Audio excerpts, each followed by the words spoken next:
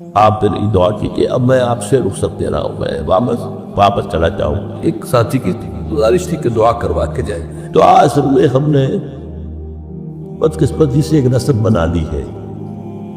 آپ کو معلوم ہے کہ عام دعا جو مجلس کی ہے وہ بہت مختصر ہے، اس کا تو آپ کو پتہ بھی نہیں چلے گا کہ دعا مانگی گئی ہے، احساس نہیں ہوگا کہ جو دعا میں مانگ رہا ہوں ساتھ ترجمہ بھی کروں گا۔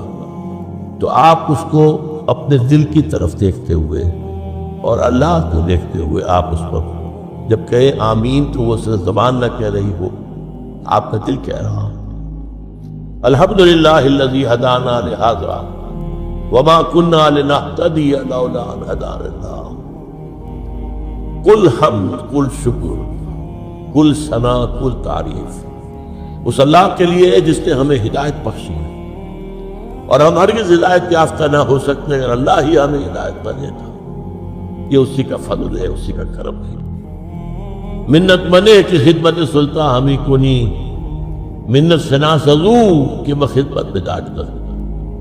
کبھی بادشاہ پر احسان نہ کرنا کہ تم اس بادشاہ کی خدمت کر رہے ہو، بادشاہ کا احسان مانگو کہ اس نے تمہیں اپنی خدمت کے لیے قبول کیا ہے۔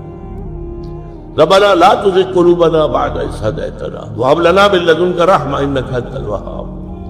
اے اللہ جب ہدایت تو نے بخشی ہے تو اس میں استقامت کرنا فرض، اب ہمارے دلوں کو کبھی نہ ہونے دے۔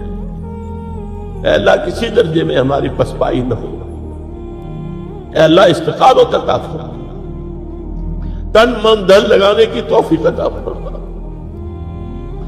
اللہم انصر من مساکین محمد صلی اللہ علیہ وسلم من کانوا حیث کانوا۔ اے اللہ اپنے ہر اس بندے کی مدد فرما جو تیرے دین کی خدمت کر رہا ہو، خواہ وہ کوئی بھی ہو کہیں بھی ہو۔ وجعلنا منہم، اللہم ربنا اجعلنا منہم، اللہم ربنا اجعلنا منہم، واخذل من خرد دین محمد صلی اللہ علیہ وسلم من کانوا حیث کانوا ولا تجعلنا معهم۔ اے اللہ ہر اس شخص کو ذلیل اور خوار و رسوا کر دے جو تیرے نبی کے دین سے روگردانی کر رہا ہو، اور اے اللہ ہمیں اپنے پناہ میں رکھ، ایسے لوگوں کی نچھے دار باتوں میں نہ آ جائے، ایسے لوگوں کی فریب میں نہ آ جائے، ان کے مکر کا شکار نہ ہو جائے۔